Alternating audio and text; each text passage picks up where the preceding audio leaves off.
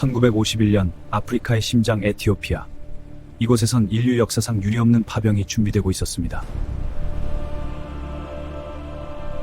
선발된 인원은 단 3,518명. 그들은 황제의 목숨을 지키던 최정의 근위대이자 조국의 자부심이었습니다. 황제는 결단을 내렸습니다. 침략당한 형제의 나라 한국을 돕기 위해 자신의 가장 소중한 검을 보내기로 한 것이죠. 나의 아들들아 보라. 저 멀리 형제의 나라가 피를 흘리고 있다. 가서 그들을 구하라.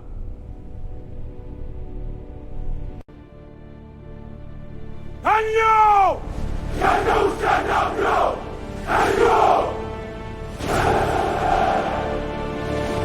황제가 하사한 이름 강류. 그것은 상대의 숨통을 끊어버리는 격파자라는 뜻이었습니다. 1951년 5월 7일 부산항. 한 달간의 긴 항해 끝에 도착한 동방의 나라에서 그들을 맞이한 건 뼛속까지 스미는 차가운 바닷바람이었습니다. 태양의 땅에서 온 이들에게 한국의 습한 추위는 생소한 공포였습니다. 연평균 기온 30도를 웃돌던 고국과는 모든 것이 달랐죠. 5월이었지만 전방 고지대의 밤은 혹독했습니다. 그들은 태어나서 처음으로 얼어붙는다는 것의 공포를 실감하기 시작했습니다. 하지만 황제의 명은 그 어떤 추위보다 뜨거웠습니다. 에티오피아 강류 부대는 그렇게 한국전쟁이라는 거대한 소용돌이 속으로 첫 발을 내디뎠습니다. 그들이 마주한 것은 문명이 사라진 폐허, 그리고 길을 잃고 헤매는 가련한 형제들의 얼굴이었습니다. 낯선 기후도, 전쟁의 참혹함도 그들을 막을 순 없었습니다. 이제 이들은 총칼로 자신들의 존재를 증명해야 했습니다. 1951년 여름, 강원도 양구. 이곳은 산자들의 땅이 아니었습니다. 미군조차 단장의 능선이라 부르며 고개를 내저은 절망의 현장이었죠. 이미 수많은 병사가 이 고지에서 쓰러져 갔고 남은 이들은 패배감에 젖어 산을 내려오고 있었습니다. 그때 모두가 등 돌린 그 죽음의 산을 향해 거슬러 올라가는 자들이 있었습니다. 아프리카에서 온 검은 사자들이었죠. 우리는 승리하기 위해 이곳에 왔다. 우리 뒤에 물러설 곳은 없다. 그들은 생존을 구걸하지 않았습니다. 적을 섬멸하기 위해 스스로 날카로운 칼날이 되기를 선택했죠. 전설의 시작이었습니다. 6.25 전쟁사 통틀어 단 한 번의 패배도 기록하지 않은 불패의 신화가 막을 올리는 순간이었습니다. 한국전쟁의 밤은 잔인했습니다. 하지만 적들에게 가장 잔인한 밤은 에티오피아군이 움직이기 시작할 때였습니다. 그들은 밤을 누구보다 잘 아는 전사들이었습니다. 소리도 흔적도 없이 어둠과 하나가 되었죠. 강류 부대는 위치가 탄로날 수 있는 총성을 아꼈습니다. 대신 대검과 침묵 속 기습으로 적진을 무너뜨렸습니다. 적들에게 그들은 보이지 않는 그림자였습니다.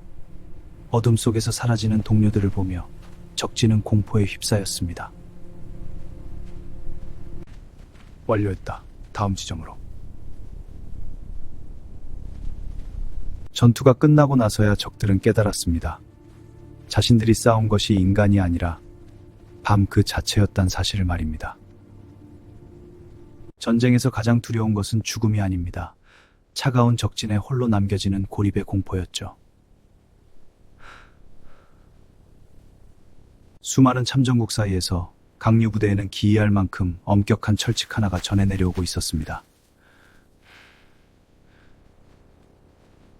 살아서든 죽어서든 전우를 적의 손에 넘기지 않는다. 그것은 황제가 하사한 강류라는 이름의 무게였습니다.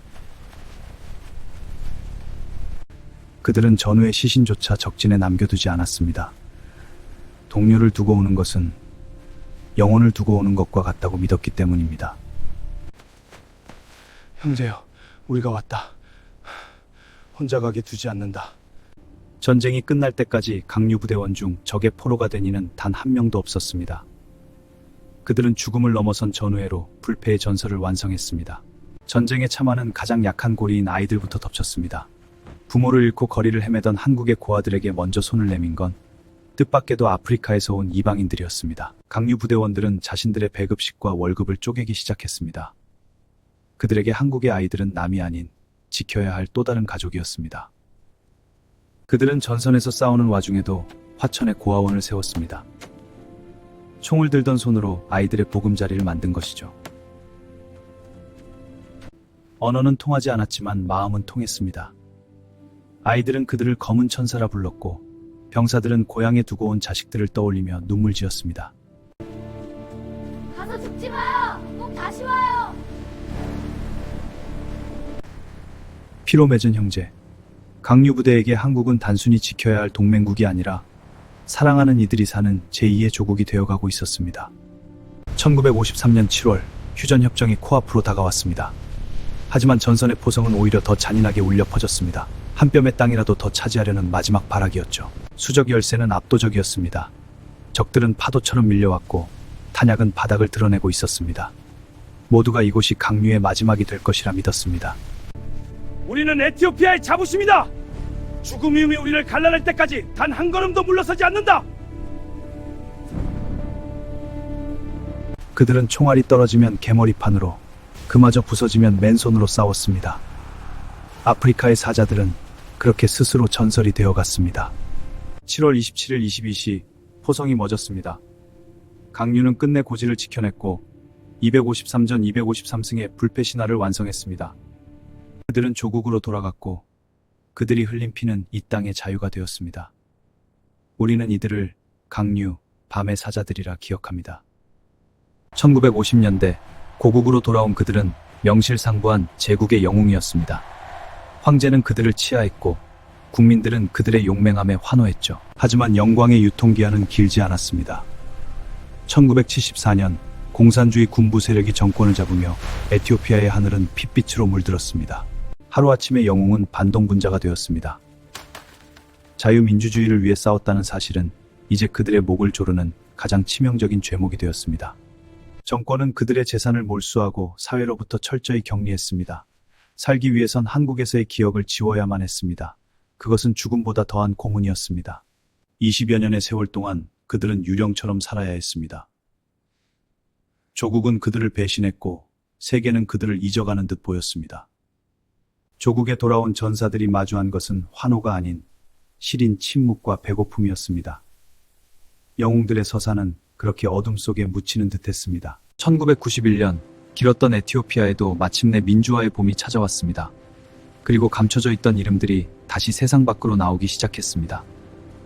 한국은 그들을 잊지 않았습니다.